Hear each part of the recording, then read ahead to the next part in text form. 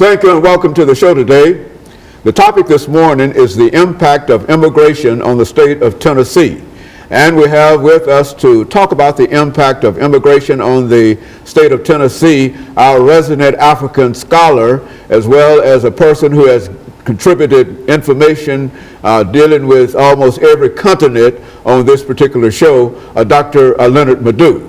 And Dr. LMadu, let me welcome you again to this show. And I think, as we've said on many occasions, we don't have to introduce you to our audience because they know you, primarily because of all of the excellent information that you've given us dealing with the third world, Africa, and some of the other ideas. And today I'm delighted to know that since immigration is such a real question in the nation today, that we can deal with the impact of immigration on the state of Tennessee. Let's start off by having you to make some statements in reference to that, Dr. LMadu. Well, when people think of where immigrants, will go to in the United States, they don't normally think of Tennessee, or some of the southern states. They think of New York, California, Texas, those kind of places, Pennsylvania, Massachusetts, But Tennessee has a significant number of immigrants, due to the central position of the state, also the cosmopolitanness of Nashville, to stay with, because predominantly most of them are in Metro Nashville. Now, in the whole state of Tennessee, you have about 306,000 immigrants. 306,000? Yes, immigrants in the whole state of Tennessee.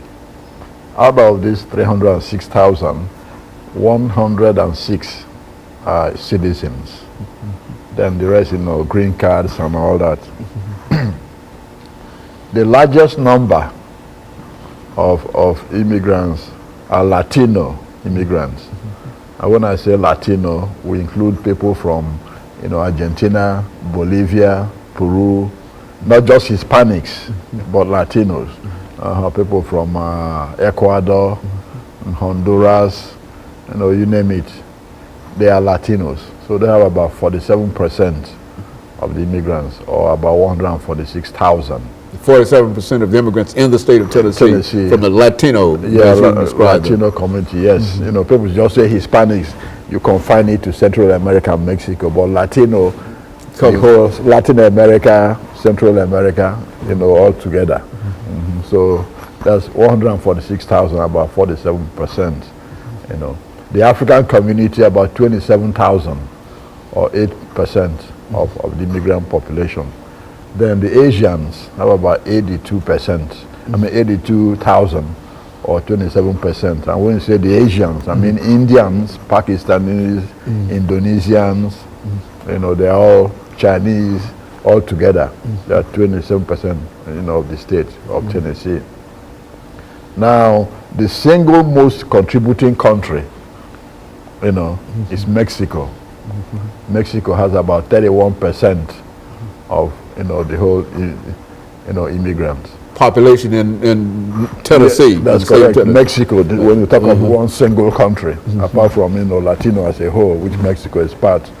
Now India is second with about 6.3%. You see a lot of Indian stores all over. Tennessee, they have about 6.3%. Now, surprisingly, the third largest group is El Salvador, with about 3.4%. People don't think of El Salvador when they think of refugee, immigrants in Tennessee, but El Salvador has a significant number of immigrants here, because during the 1980s, in El Salvador, there was a civil war between the government of President Duarte and the rebels, the Farabundo Marti Liberation Front. President Reagan was supporting the government of President Duarte. So with civilians caught in the middle, there was a need for refugees to run from the country. So the U.S. gave them, waived visas and all this for them, making it possible for them to come here. So a significant number of them, are in Tennessee. So they consider the third largest, individual groups. Now, so 4.8% of the whole population of Tennessee is immigrants now. Okay, Dr. Du, we're getting ready for this first commercial break, and then we'll come back and deal with this exactly where we are now, because I think the information you're giving us is the information that we want to know, and you're talking about the numbers in terms and percentages in terms of the immigrant population in the state of Tennessee. And we'll be back with our audience following this very, very short commercial break.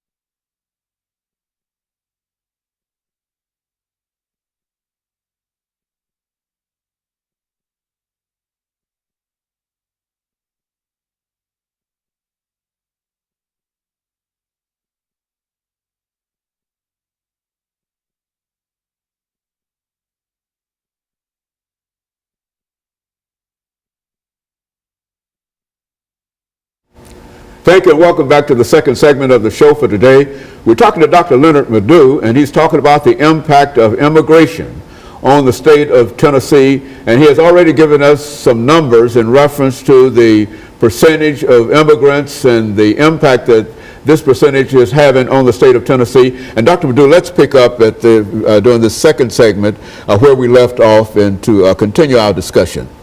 Like I said before, we have about 306,000 immigrants in the whole of the state of Tennessee. Out of this number, about 106,000 are citizens, of the state. And then you have the green card holders and all the rest.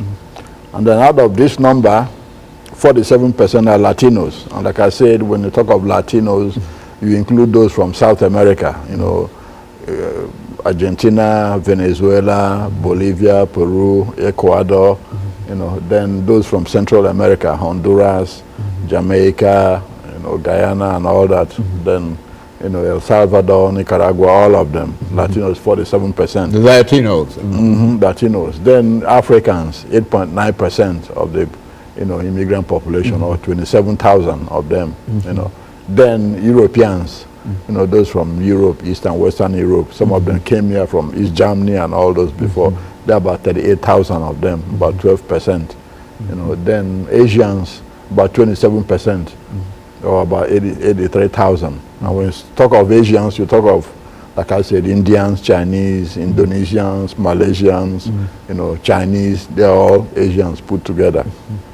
And out of this, you have 4.8%, according to the last, information census.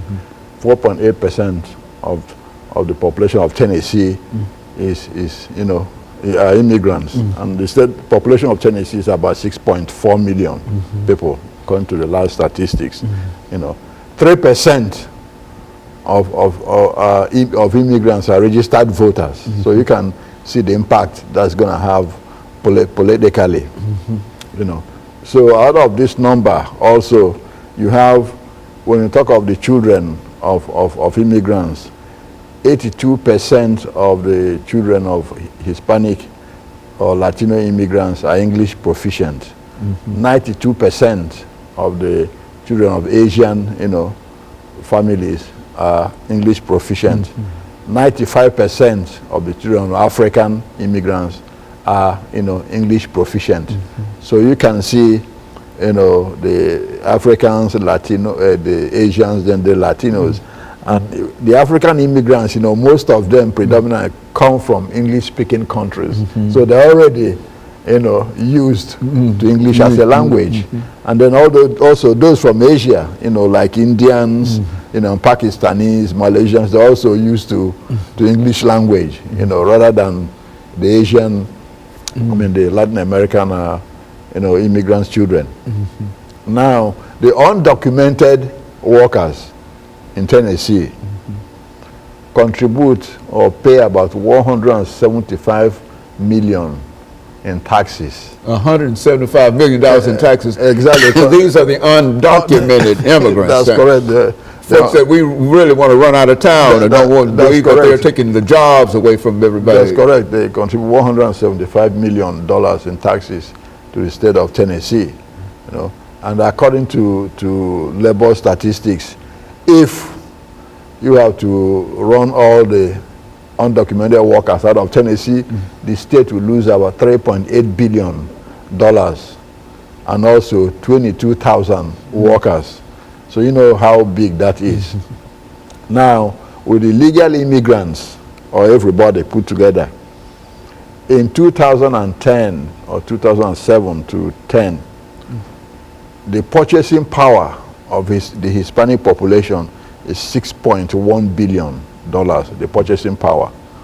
The purchasing power of the Asian, you know, population was 3.8 billion. The purchasing power of the African immigrants were about 500 million. Now, on business and ownership of business, the Asian community owned about 12,000 businesses, generating a receipt of about 3.5 billion. The Hispanic community had about 9,000 businesses, generating receipts of about 1.6 billion. The African community about 1,000 businesses, generating about 500 million. So you can see how much revenue immigration brings to the state. To the state. Okay. It brings more than it takes out. Yeah, exactly. Exactly. And then the 141 million that foreign students bring into the economy here. So you can see that, you know, it's a win-win for both sides, both the government and the immigrants, both legal and illegal, you know. So that can tell you the politics of immigration. Good. Now, some people want them to go, but at the same time don't want them to go. They got a mixed feeling in reference to there's so many of them, but we can't do without them. We need them. Exactly. That's the contradiction. You know, you think about somebody who has a construction business and say, okay, 80% of those, you know, who work for him are immigrants. Then if you run those 80% away, he doesn't have, you know, a job. There'll be no job creation, you see. So business people see it that way. And that's the problem in really dealing with it. Because those who want it to stop are not those who really making money. Those who are making money don't want it to stop because that's the way they make money. You know, if somebody's going to pay somebody 50 cents an hour, why get somebody you are going to pay $7 an hour? You see? Is that the kind of discrepancy that we're talking about when we talk about the wages that these individuals make, Dr. Madu? That's correct. That's correct. That's correct. Because a lot of them who cross the border, you know, so to speak, quote, illegally, they will accept anything to work, to pay their bills and send money back to their family. You know, whether they're in El Salvador, Nicaragua, or Mexico, or whatever, or Honduras. So they don't really necessarily mind how much they are paid, as far as they are paid some. You know, so that's advantage to employers. And think about those who have vegetables and all this to pick in California, in Texas. They need some people to do that work. And those who did that work before are not willing to do that now. And especially for those prices. Now, it's hard to get an American out into a vegetable field for 25 or 35 cents an hour. That's correct. Yeah, that's correct. So that's the problem. So if those, you know, they can get to pay them below minimum wage, can't do the work, then there's nothing. Dr. LMadu, let us take this short commercial break, and we'll be back with our audience following this very, very short commercial break.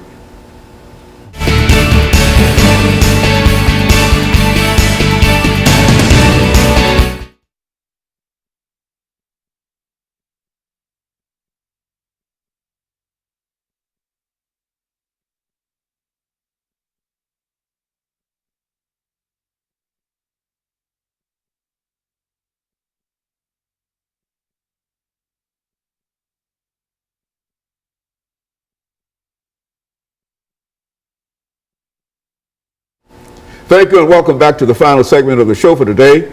We're talking to Dr. LMadu, and the topic is the impact of immigration on the state of Tennessee, and he's given us some amazing figures in reference to the population as well as some of the activities that many of these groups are involved in, that simply leads us to believe that they play a significant part in the economy of the state of Tennessee as well as the economy of the nation. Dr. LMadu, let's pick up where we left off in reference to that. You know, like the last statistics show that the whole immigrants in the United States contributed $775 billion to the economy. Most of the new inventions, you know, that MIT, Caltech, Harvard, are by immigrants, one quarter, you know, of them. You know, most of the PhDs are immigrants. That's one of the reasons, you know, the Silicon Valley and all this wants to keep them. Now, overall, why do immigrants come? Some of them come because of the conditions in their countries. Some of them are professionals, you know, who've been, you know, granted some visas, you know, employment visas to be here. Some of them came also because of civil strife. For example, I mentioned the El Salvadorians. You know, the Nicaraguans were also given waivers, you know, to come here when there was strife in the country between the Sandinistas, you know, and the United States government. A lot of them were given visas to come here. When there was problem in Vietnam, you know, when the Saigon government fell, you know, hundreds of thousands of Vietnamese were given visas to come to the United States. When Saddam Hussein was overthrown, you know, hundreds of thousands of Kurds, you know, were given visas to come here also. And in fact, Nashville has the largest number of Kurds in the whole United States. You have about 11,000 Kurds who were resettled here in Nashville, Tennessee. That's why they call Nashville the little Kurdistan. Kurdistan. Or the southern Kurdistan, you know, of the United States, because this is where you have the largest number. When there was strife in Somalia, you know, after the overthrow of President Siad Barre, a lot of Somalis were given, you know, visas to come to this country. You know, that's why you have about 5,000 Somalis who are settled here in Nashville, Tennessee. You know, people don't know that this is one of the largest Somali, you know, community in the country.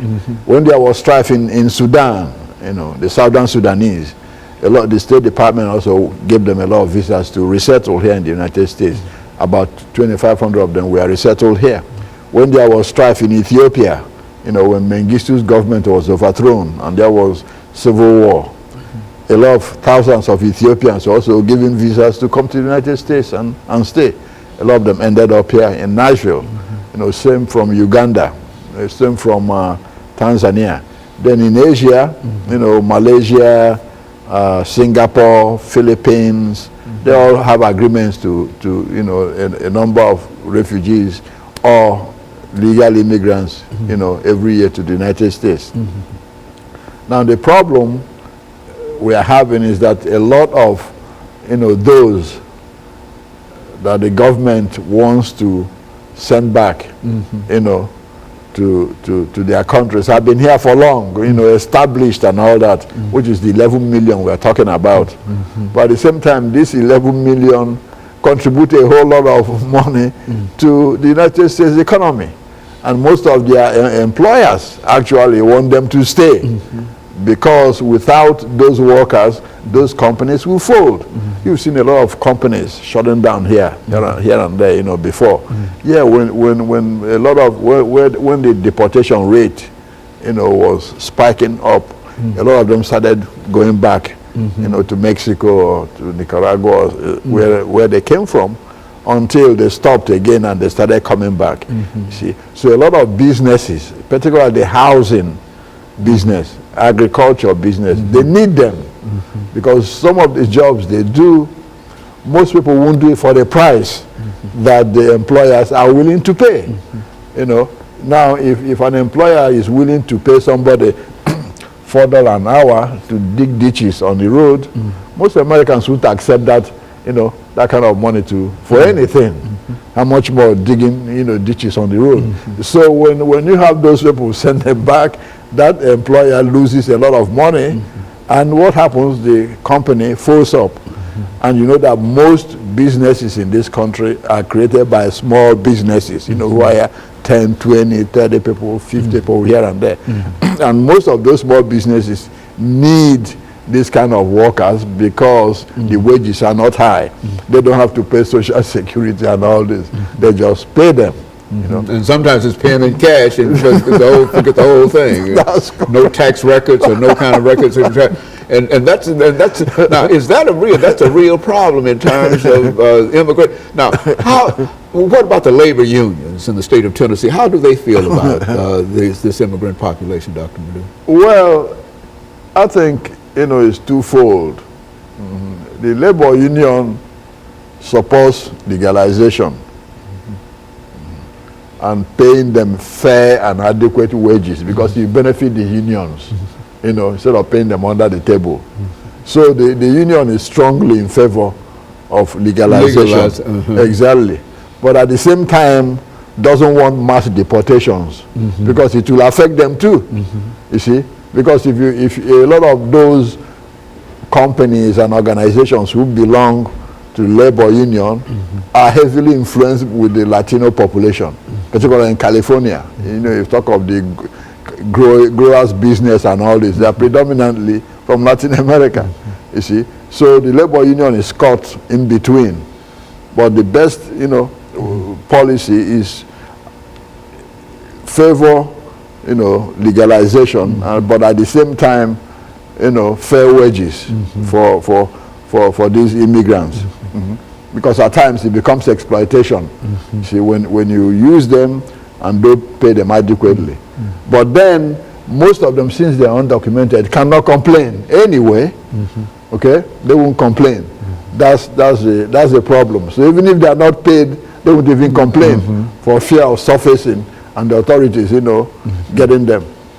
And so they're sort of under fear of not receiving the kind of adequate wage, but at the same time they're also fearful of the fact that if they make too much noise about it, then they might not have a job at all. And if they don't have a job at all, then they are almost automatically deported because of no wages or no jobs and et cetera. And so that's correct. Well, now, Dr. LMadu, looking over this whole issue, and I think we've talked about Tennessee, and I think the same thing could be said in reference to many other states, especially in the Southeast, et cetera. But now, when we talk about having a national immigration policy, what are some of the options that the government has now in reference to this policy? Well, we've got about 2 minutes. The government has an option of, quite frankly, legalizing those already in the country. And that's what a lot of, you know, immigration advocates want to see. It's difficult to expel 11 million people, you know, most of them with families, wives, children, all this. It's just not going to happen that way, see. And that's why the government wants to legalize immigrants, you know, within a certain space of time. Let everybody, you know, have a green card or a temporary green card to see how they behave in so many years, and then you get a permanent green card. Then you can apply for citizenship. I think that's what the government wants to do.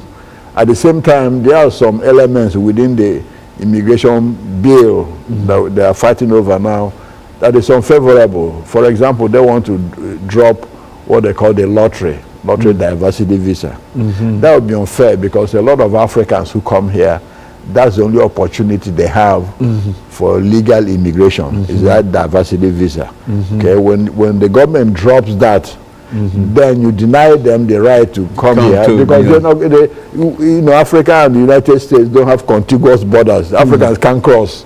They have to come through the ocean, 11,000 miles away. And so they have to have some kind of special visa in order to make sure that they have access to an opportunity here. Absolutely. And of course, Dr. Perdue, I think we're getting ready for the final statements in reference to this.